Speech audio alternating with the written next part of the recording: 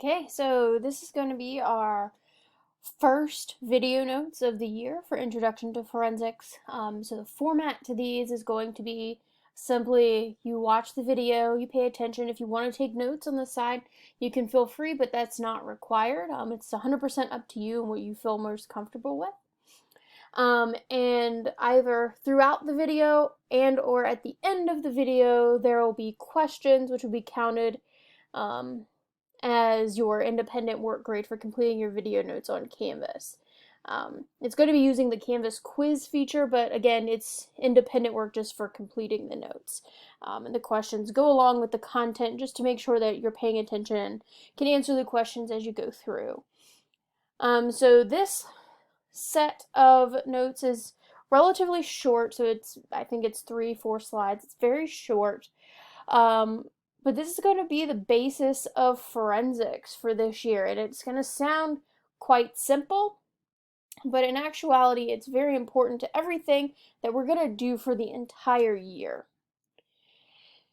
So the most important skill in forensics is observation, being able to make observations. So observations are things that you collect using your senses, and that's going to be important because forensic scientists must make observations at crime scenes of what they see, what they hear, what they smell. Hopefully they're not tasting or touching anything without gloves at a crime scene, but anything that you can observe using your 5 senses is going to help you a lot in forensics. Where things are found, analyzing what you see, why they're there, things that you smell. All of this goes toward collecting and analyzing evidence. However, at first, anyway, scientists have to do their best not to create inferences based on their observations. Inferences must come later. So at first, when a forensic scientist arrives at a crime scene or gets a piece of evidence, they have to make only observations. And observations, again, it's what you perceive using your 5 senses. So taste, touch, see, smell, or hear. So that's your 5 senses to make an observation. You do that with what you see at a crime scene or the evidence that you have. Now, your observations can either be qualitative or quantitative. Qualitative observations are going to deal with descriptions. So, for instance, you walk into a room, some qualitative observations would be the floor is made of wood. The desk is black. Or the material was bumpy and rough. So anything that has to deal with descriptions of something, that is qualitative, about the quality of something. It is metal. So it could be what it's made of, it could be the color, it could be texture, whether it was wet or not. Those are going to be qualitative observations. Quantitative observations, because quantitative has an N for quantity, it deals with numbers. So a quantitative observation may be there were 5 splotches of blood. There were 2 pieces of glass. There were, 3 weapons at the scene. Things like that. Anything that deals with numbers is going to be quantitative. And it's really important at first that you only use your observations. In forensics, it's going to be very, very easy and it's almost natural to make observations. For instance, in forensics, a forensic scientist arrives at the crime scene. They walk in and they see lots of blood. Instead of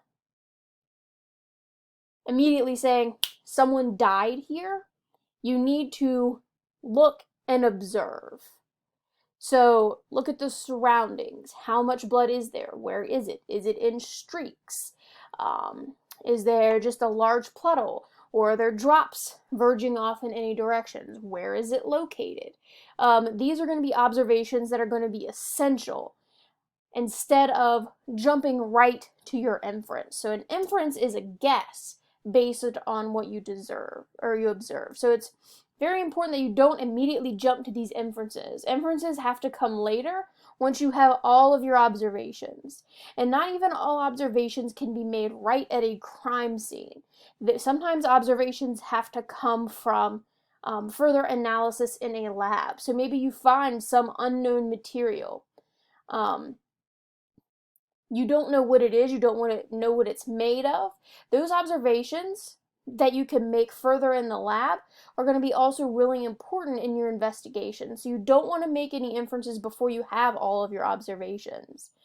Another thing is if you come across a liquid at a crime scene that is red and viscous, it might be easy to jump to the inference that it's blood. You might guess it's blood, but it might not necessarily be blood.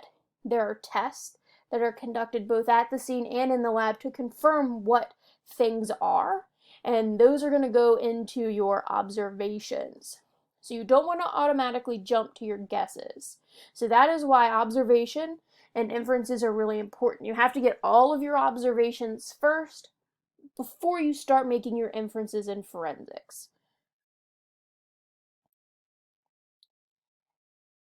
So before we do that activity, I'm just gonna go over again. We did the murder mystery in class last week, and this was your first little test with observations and inferences. So a lot of people, for instance, got the facts about Anna and Dawson and what had happened between them, and they automatically think, one, because Dawson had some motive, because he was the boyfriend, because they had been fighting quite recently. A lot of people jump to the assumption that he was the person who pushed her. However, that is making inferences right away. You didn't make all your observations. It's very important that you went through each person and made all of your observations, analyzed them, and then started making inferences. If you go about it backwards, you might be biased, and you don't want to do that. So for instance, in that particular investigation, it was very important to go through, make all the observations you could about the people based on their statements. Analyze that before making your inference or your guess about who was guilty. Had you done that, you would have went through, you would have analyzed all the alibis and realized, based on what the character said, without giving it away in case you don't already know, you would realize that there was one character who stated that he was in a place where other people were located, but those people never saw him. So those are making your inferences and making your observations, analyzing your observations before making the inference that he is guilty. It's very important you go in the correct order. If you don't go in the correct order, you might get a little bit of bias working in, and your early inferences are going to sway what you think later on. If your first inference is incorrect, it could sway you throughout your entire investigation. So you want to do your best to try to keep those inferences under control. Make sure you have your observations first. All right, so I'm going to add some questions where you can type your answer to this. So I'm going to do that here in just a second. So what you're going to do is you're going to look at this image. So you're going to look at this image, analyze this image, and you need to make one qualitative observation. So remember, a qualitative observation is about the quality of something. It can be color, it can be texture, it can be what actually is in the picture without using numbers. So any type of description without numbers. Then you're going to make a quantitative observation, which is a description using a number. And then one inference, and that's going to mean one guess based on what you see in this image.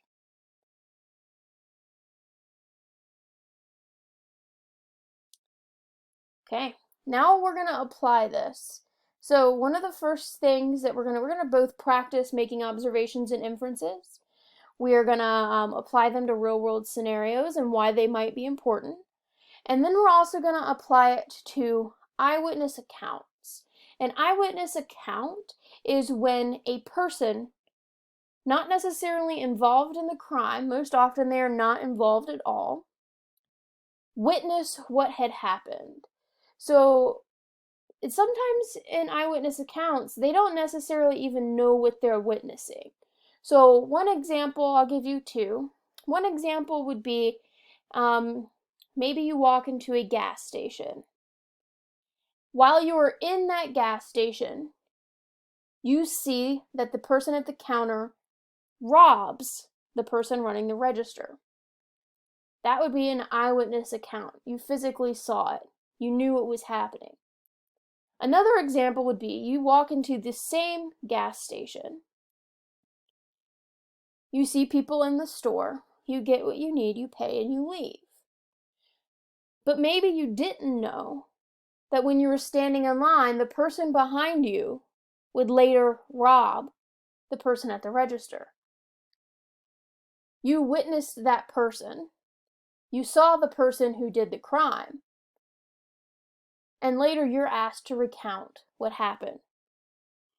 So an eyewitness is someone who sees a crime happen or was in a situation in which they may have saw a person who committed a crime, and later they are asked to recount what they saw. So maybe if they don't know exactly who was the person that robbed this gas station, they might ask you to describe them. So that would be an eyewitness account. So the questions for this slide are going to be, do you believe that eyewitnesses only report their observations, which they get using their 5 senses? So only their observations, and why? And the second question is, do you believe that eyewitnesses mostly remember what they saw accurately? And then why? So do you believe that eyewitnesses remember what they saw accurately? Why? Okay, so those are going to be the questions from this.